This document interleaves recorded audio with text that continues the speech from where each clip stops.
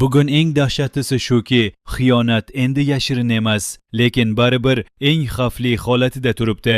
Chunki haqiqat yuzaga chiqayotgan paytda ham yurak sevgan odamidan to'liq voz kecha olmayapti. Shu qismda aynan mana shu og'riq hamma sahnalarning tagida urib turdi.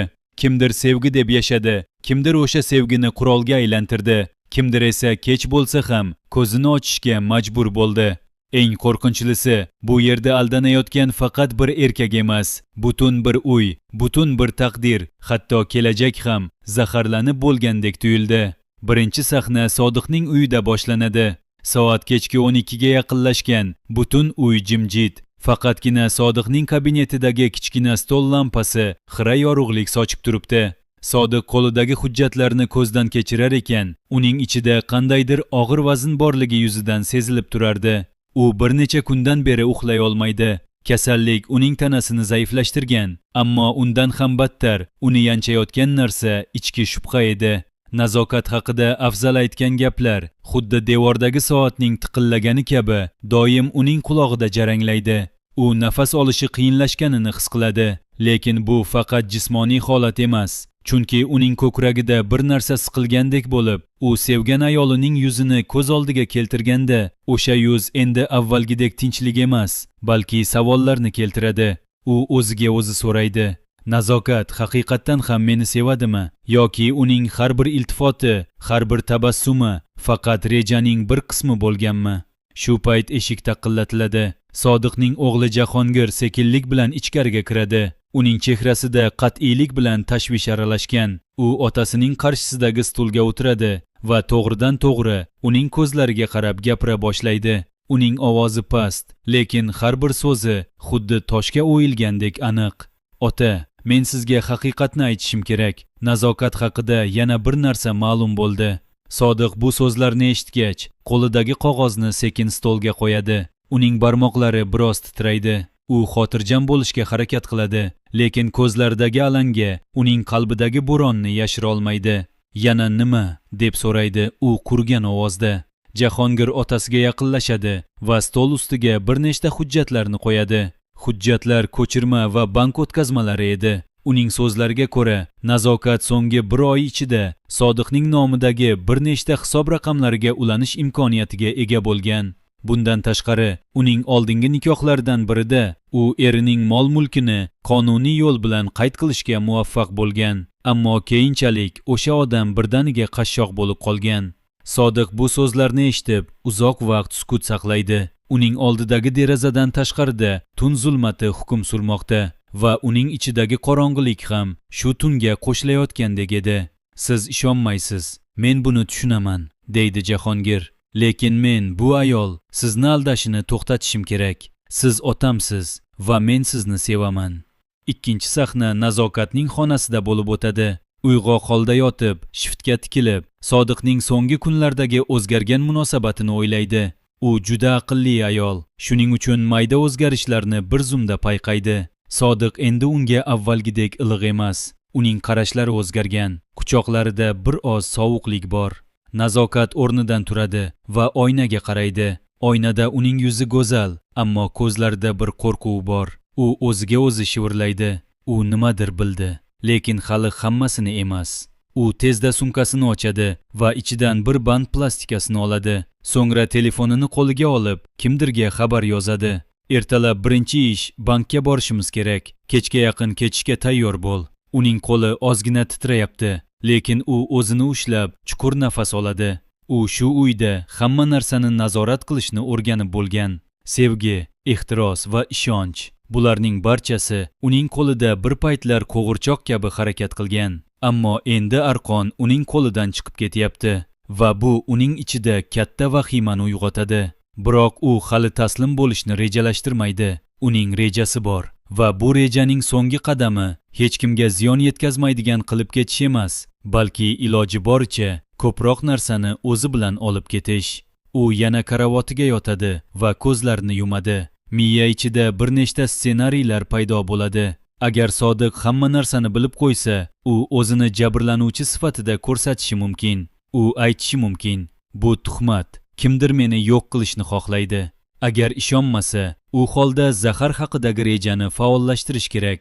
Uning qo'lida Sodiqning dori-darmonlari bilan aralashtirilishi mumkin bo'lgan bir modda bor. Bu modda darhol o'ldirmaydi, ammo sekin-asta yuragini zaiflashtiradi va bir oy ichida hamma narsa tabiiy sabab deb ko'rsatilishi mumkin. Nazokat buni o'ylarkan, uning ichida hech qanday his-tuyg'u paydo bo'lmaydi. U endi sevgi va nafratni uzoq vaqt oldin o'chirib tashlagan edi. Faqatgina omon qolish va yashash kerak. 3-sahna kunning yorug'ida boshlanadi. Sodiq va Jahongir birga choy ichishga o'tirishadi. Nazokat odatdagidek chiroyli kiyingan, yuzida yengil tabassum. U Sodiqning oldiga kelib, uning yoniga o'tiradi va qo'lini uning qo'liga qo'yadi. Sizni sog'indim deydi u mayin ohangda.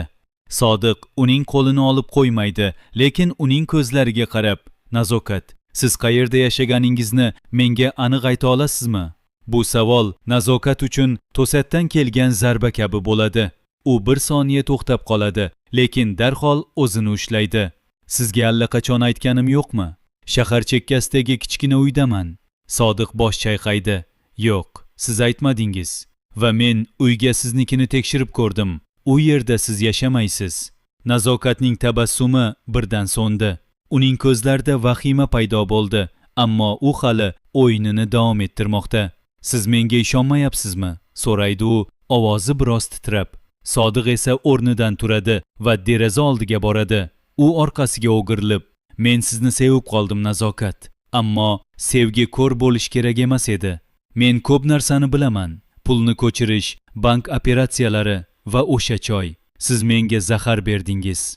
Nazokatning yuzi butunlay oqarib ketadi. U ham o'rnidan turadi, ammo endi uning harakatlarida avvalgi ishonch yo'q. U bir qadam orqaga chekinadi. Siz nima deyayotganingizni bilmayman. Bu kimningdir tuhmati. Men hech qachon. Sodiq uning gapini bo'lib, yetarli. Siz ketishingiz mumkin. Ammo politsiyaga murojaat qilishdan oldin sizga bir imkoniyat beraman. Bu uydan bugun kechgacha jo'nab keting va boshqa qaytmang. Agar boshqa biror narsa qilsangiz, sizni ayblovchi barcha dalillarni yetkazaman. Nazokat bir necha soniya hech nima demay turadi. Uning ko'zlarida g'azab, qo'rquv va nimadir boshqa. Xuddi bir paytlar Sodiqni chindan ham sezgan bo'lishi mumkin degan alomat paydo bo'ladi, lekin u buni tezda bosadi. U sumkasini oladi va eshik tomon yurishni boshlaydi. Eshik oldida to'xtab, orqasiga qaramay, past ovozda, siz meni hech qachon tushunmadingiz Sodiq. Sevgi ham qurbonlik talab qiladi. Shu so'zlardan keyin u chiqib ketadi. 5-sahna. Farhod va uning ota-onasining uyida bo'lib o'tadi.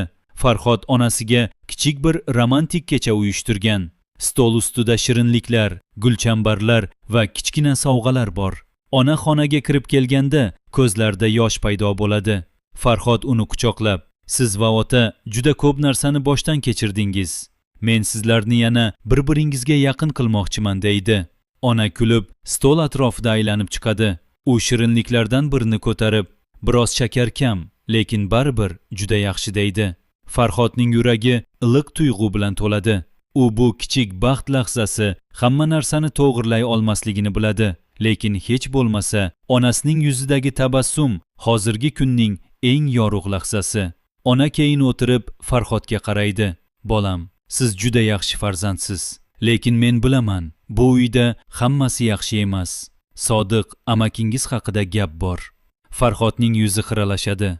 Men bilaman ona, ammo hammasi joyiga tushadi. Ba'zi narsalarning vaqti kerak. Ona bosh irg'aydi va qo'lini Farhodning qo'liga qo'yadi. Vaqt hamma narsani davolaydi bolam, ammo ba'zi yaralar juda chuqur. Shuning uchun siz o'zingizni ehtiyot qiling. Farhod sukut saqlaydi, lekin onasining so'zlari uning qalbida juda chuqur joy oladi. 6-sahna.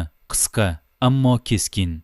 Nazokat uyiga qaytib, sumkasini va bir nechta hujjatlarni yig'ishtirib, yana bir bor bankka qo'ng'iroq qiladi. U bank xodimiga tez va aniq gapirib, hisobdagi mablag'larning bir qismini chet el hisobiga o'tkazishni talab qiladi. Ammo suhbat davomida xodim unga ushbu operatsiya uchun egasining shaxsan roziligi kerak deydi. Nazokatning qo'li telefonni shunday siqadiki, barmoqlari oqarib ketadi. U gapirishga qiynalib, lekin men avval ham, deydi. Xodim javob beradi. Kechirasiz, qoidalar o'zgardi. Nazokat telefonni qo'yadi va devorga qarab turib, bir necha soniya davomida umidsizlik bilan nafas oladi. Endi uning qochish yo'li deyarli butunlay yopilgan.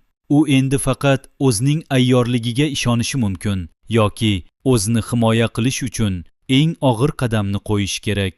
U o'tirgan joydan turib, derazadan tashqariga qaraydi. Uning ko'zlarida yana o'sha sovuq va hisobsiz qarash paydo bo'ladi. Agar men yiqilaman deb o'ylasang, adashasan, deydi u o'ziga o'zi. Men hali oxirgi kartani ochganim yo'q. Shu bilan qism tugaydi. Sodiq o'z uyida yolg'iz o'tiradi. Qo'lida nazokatning bir marta sovg'a qilgan kichik uzugi. U uzoq vaqt uzukka qarab turadi. Keyin sekin uni tortmaga solib, kalitni burab qo'yadi. Uning ko'zlarida og'riq va qat'iylik aralashgan. U nafrat va sevgining o'rtasida qolgan erkakning ifodasiga ega. Jahongir esa otasining xonasi oldida turib, eshik taqillatmoqchi bo'lib, lekin qo'lini ko'tara olmay turibdi.